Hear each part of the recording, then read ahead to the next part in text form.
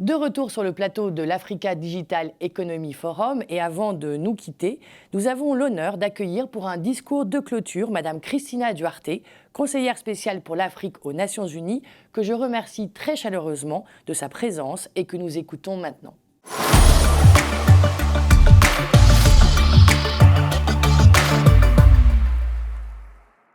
Mesdames et messieurs, d'emblée, permettez-moi de vous remercier pour cette opportunité qui m'est offerte de participer à l'édition 2021 du Forum de la Tribune Afrique sur l'économie numérique, un sujet hautement d'actualité en Afrique. Si le continent africain veut générer une croissance économique qui mène au développement durable, il doit se concentrer sur la rétention et la création de richesses, mieux gérer ses propres ressources, favoriser l'inclusion, progresser sur les chaînes de valeur mondiale, diversifier ses économies, automiser le mix énergétique et placer le capital humain au centre de l'élaboration de ses politiques socio-économiques. Le constat est clair et connu de tous. Alors, que manque-t-il au continent pour mettre ces idées en pratique? En tout premier lieu, il faut construire des institutions fortes.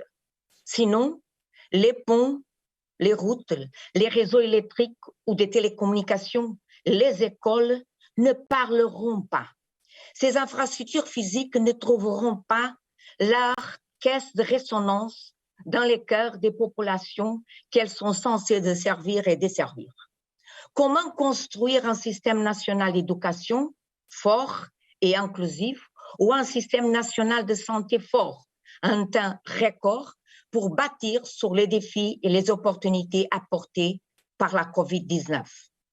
L'Afrique doit adopter de manière massive la numérisation comme catalyseur et accélérateur de sa construction.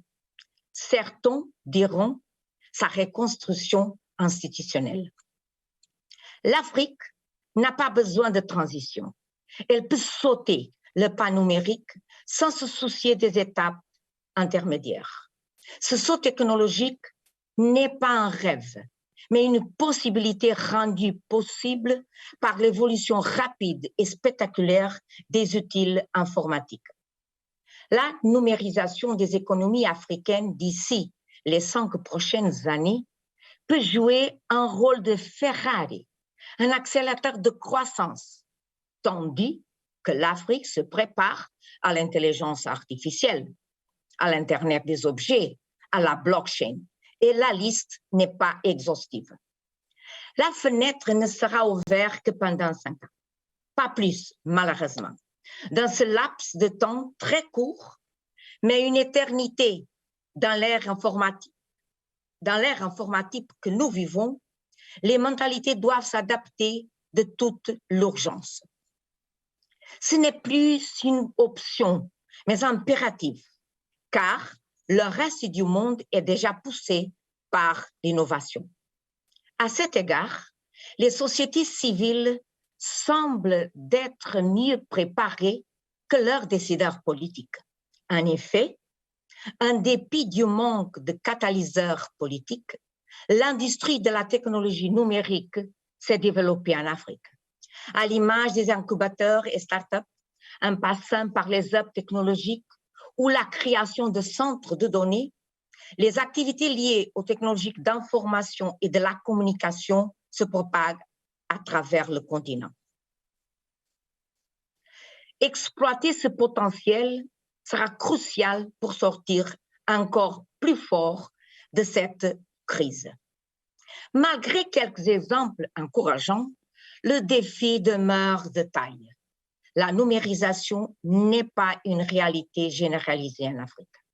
Des signes positifs existent, mais ils sont encore insuffisants pour sauter pleinement le pas vers une véritable économie numérique africaine. Afin de générer une croissance transformatrice, la numérisation ne peut pas continuer à être le seul fait de la société civile ou du secteur privé. Elle doit être renforcée par l'élaboration des politiques volontaristes. La fracture numérique n'est rien de nouveau. L'inégalité est l'essence même du système socio-économique. En ce sens, la fracture économique ou la fracture socio-économique en Afrique alimente la fracture numérique et vice-versa. Tant que ce cercle vicieux n'est pas rompu par une action énergique des institutions publiques, il sera assez difficile de débloquer la transformation structurelle nécessaire. Malheureusement, avec seulement 28% de sa population ayant un accès à l'Internet, cette fracture numérique n'a pas permis à l'Afrique de profiter pleinement de cette opportunité. Toutefois, la fracture numérique ne se mesure pas uniquement par le niveau d'accès à l'Internet. Il faut également prendre en compte les avantages de l'utilisation de l'Internet pour l'utilisateur. L'objectif de la numérisation ne doit pas viser la seule augmentation de la consommation, mais plutôt l'amélioration des conditions socio-économiques de la population ou, en d'autres termes, son caractère inclusif. Pour atteindre cet objectif, un cadre réglementaire clair et des personnes instruites sont des conditions de base qui doivent être remplies. En Afrique, outre la connectivité à l'Internet, tous les autres éléments de base à des degrés divers font défaut, tels que l'électricité, l'alphabétisation, l'inclusion financière et la réglementation, ce qui entrave lourdement la capacité de la population à utiliser les solutions numériques disponibles. La crise du Covid-19 a accentué cette fracture. Saisir les opportunités que toute crise dissimule très subtilement s'avère extrêmement difficile. Mais les opportunités apportées à l'Afrique par la crise du Covid-19 doivent être saisies. Ce sont des moments où la vision et le leadership des décideurs sont mis à l'épreuve. Comme McKinsey l'a bien noté, la crise de la COVID-19 contient les germes d'une réimagination à grande échelle de la structure économique, des systèmes de prestation de services et du contrat social de l'Afrique. La crise accélère des tendances telles que la numérisation, la consolidation du marché et la coopération régionale et crée de nouvelles opportunités importantes. Par exemple, la promotion de l'industrie locale, la formalisation de petites entreprises et la modernisation des infrastructures urbaines. C'est le moment. Il faut cependant reconnaître qu'au cours des 5 dernières années, une vague de changements est en train d'émerger en Afrique.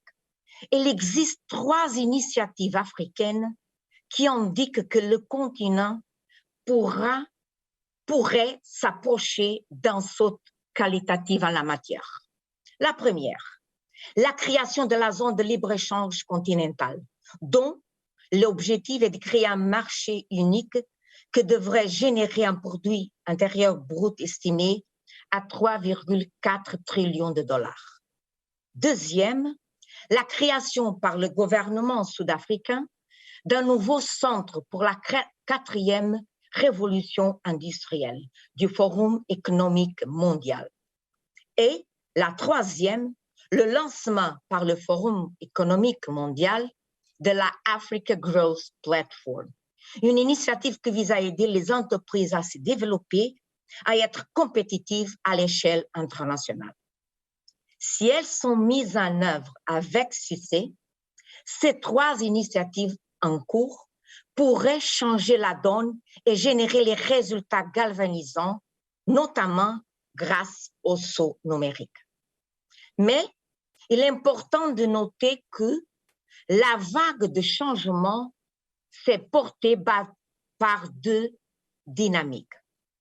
La première, de la base vers le haut, bottom-up, où le moteur de la transformation numérique se situe au niveau des entreprises, des sociétés. La deuxième, l'approche du haut vers le bas, qui est déclenchée par l'intervention des pouvoirs publics à travers la création et la promotion d'écosystèmes d'innovation. Jusqu'à présent, la vague de changements mentionnée ci-dessus a suivi une dynamique ascendante, du bas vers le haut, bottom-up. Elle a été essentiellement portée par le secteur privé et les sociétés civiles. Plus de 600 pôles technologiques ont vu le jour à travers le continent et 3 ont acquis une reconnaissance internationale. Les villes de Lagos, Nairobi et du Cap accueillent des milliards de startups, des incubateurs, des parcs technologiques et des centres d'innovation portés par le secteur privé et des jeunes qui, malgré la diversité, réalisent à quel point le travail indépendant est lié à l'innovation. Concernant la dynamique descendante du haut vers le bas, elle est initiée par les décideurs politiques. Dans son rapport de 2018 sur la préparation à la production future, le Forum économique mondial établit un inventaire des pièces manquantes de ce puzzle. Sur les 25 pays africains analysés, 22 ont été classés comme ayant un faible niveau de préparation, marqué par l'absence de politiques publiques axées sur la création d'un écosystème favorisant l'innovation. Il a été estimé qu'une augmentation de 10% de la pénétration du haut débit mobile en Afrique pourrait générer une augmentation de 2,5% du PIB par habitant. C'est une question d'urgence. Oui à la numérisation, mais pas au détriment du citoyen. L'addition massive des technologies numériques implique également que les décideurs politiques doivent prendre en compte l'impact juridique et éthique complexe de la technologie dans la société, y compris la confidentialité, le type de données récoltées, le contrôle endogène et l'évasion fiscale exacerbée par les intangibilités économiques. Cela est particulièrement nécessaire en Afrique, où des institutions faibles pourraient ne pas être en mesure de défendre les droits et les intérêts de leur population contre ceux du marché. C'est là que le 16e objectif de développement durable, à savoir le rôle de la création des institutions solides, apparaît comme un rempart démocratique pour lutter contre l'usage abusif des données et son impact sur la vie privée des citoyens. Merci beaucoup pour cette opportunité.